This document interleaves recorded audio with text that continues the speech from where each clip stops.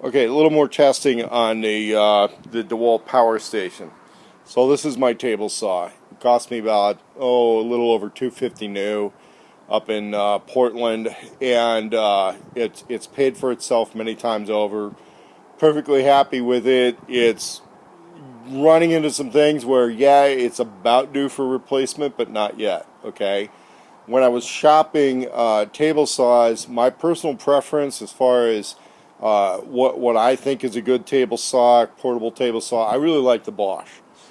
This was as close to the Bosch as I was finding when I was shopping them.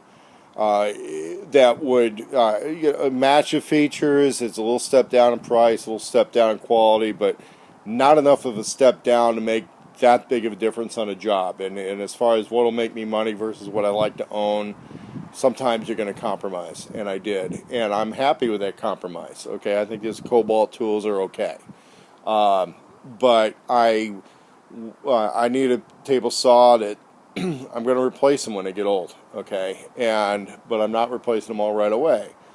The cordless table saws, just to understand, the cordless table saws, they're running off of a single battery.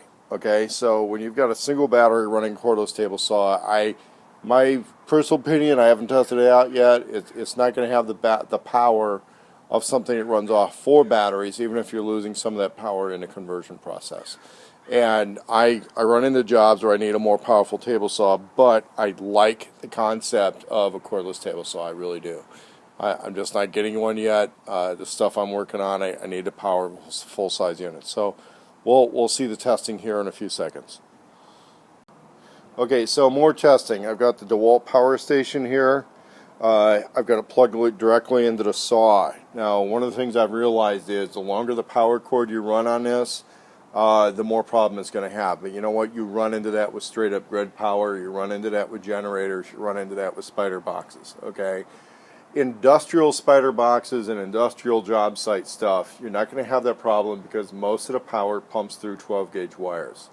When you get into, what kind of extension cords somebody using, thicker, heavier extension cords are required for longer distances, and a lot of contractors, a lot of builders just don't give a fuck. Okay, they don't. They're going to plug stuff in.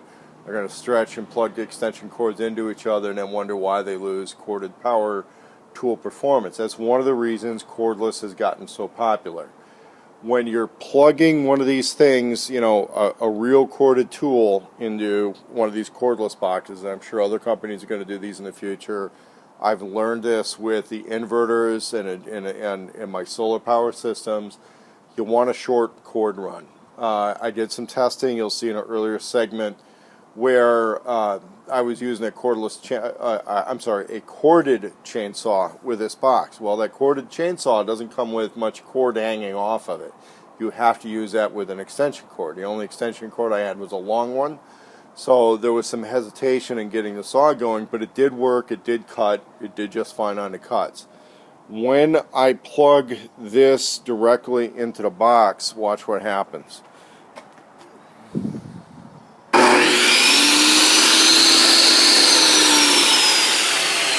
Okay, and some people are going to say, well, it's not necessarily what happened, but what didn't happen. There was absolutely no hesitation on startup. This uses a 10 amp motor. The cordless chainsaw I had uses the same 15 amp or 14.5 amp motor, they call it, that some of the worm drive saws use. And you run those on a long cord, and everybody who's worked with those worm drive saws knows you start taking two 50-foot extension cords, plugging them into each other, try to use a worm drive saw at the end of that, you're going to have some issues. You got to wind that thing up before it's going. You plug a single 50-foot cord into this and try to use a 15 amp motor. It's got to wind up before it gets going. So you're losing some power in that cord. When you're using the power tool's own cord and you're plugging into this thing, plenty of power, no hesitation on startup. Now I'm going to do a rip cut right here, and I'm going to do part of the rip cut holding the camera, then I got to set the camera down to finish the rip cut. We'll discuss some other stuff further out.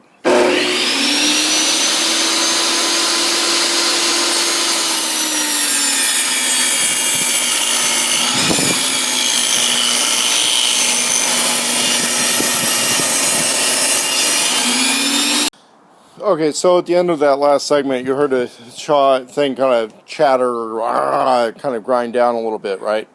So what was happening on that? That's a function of the dull blade. And when you hear that thing happening, it's either time to change the blade or go to a more powerful saw. The other thing is, of course, you slow down the cut. I intentionally bogged down the saw by jamming the wood into it harder to see if I could trip the breaker on this, because in houses with really thin, weak electrical wiring, when you do that type of thing, you bog down a high amperage power tool that can trip a breaker. It didn't trip the breaker. Okay, this thing kept shoving through. I made several more rip cuts because I'm making this L-shaped trim. I wanted pressure treated lumber on this because the previous piece that I'm replacing had been one that rotted. And then I'm going to massage that stuff in and contour it, but the core is pressure treated lumber. As far as the box itself, something else I've noticed: one, I know to keep it away from the sawdust. Two, if you're doing metal work, you absolutely positively got to keep this away from any kind of flying metal shavings or sparks. That's going to be extremely high priority. Three, the short power cord is a big deal. Okay, short power cord going to this thing. If you can avoid using this with an extension cord, please do so. Just run it directly to the piece of equipment and try to avoid the extension cord usage. Sometimes that's unavoidable because some of these tools come with just stubby cords on a tool. It makes it easier for the tool to go into a shipping box or a tool bag or something like that. So there are reasons they're going to do short cords on the tool. But in general, you want to use the shortest cord you can that still enables this thing to be in a safe place, away from the sparks, away from the sawdust, away from bad weather. Okay. One of the things I'm noticing on this is a position you're going to see it in everybody else's video. It's the right side up position. However, depending on your conditions of use and what else is going on, this exposes two vent holes to outside stuff. If you can see into it, then sawdust, sparks, other stuff can also get into that line of sight. So as I look into this one, I can see circuit board. As I look into that one, I don't really see circuit board. This is just decorative ribbing, okay? So to have this in a field position, you'll notice the little feet here, okay? The field position is going to be like this, okay? If you got a field position, you're going to keep those vents out of the exposure area, but they're in the dirt, so you've got options on how you're going to set this thing. It's got feet that go both ways, okay? Well, one of the things that's going to happen here is if it gets water will come here, water will run into this, and then get into the battery contact points, because it would kind of soak through that kind of stuff. I don't know how bad it would be. I really don't want to find out. But that's what will keep your vents away from some of the environmental hazards that could happen with this. And that's also the up position for this carry handle. So there's a double carry handle here, single carry handle here, and you'll notice that that's a pretty similar shape and configuration to their old radio box. Over on the other side is a vent fan. This vent fan seems to only work when this is in battery charger mode. So that's depends on where you are and what you're doing. You have to realize that it may actually, there's venting, there's air movement that's going to happen here. And it's also why the little feet would keep this up off ground or concrete. And it could run into an issue if you got it sitting in dirt or grass, and then the vent fan is, pushing airborne material around. So that's an issue. But it works well. This thing really works well. You just got to be careful where you place it. Be mindful of that. Use the shortest cord that is going to get the job done and keep this out of harm's way. And one power box, one tool. I would highly recommend not to go sticking little 3-into-1 plugs on the side and trying to run 2 or 3 tools off of this. It's one power box, one tool. The cutting I did just didn't even phase these batteries. Didn't even phase them. And I think you're a lot better off using a plug-in table saw of your choice with this power box than getting the cordless table.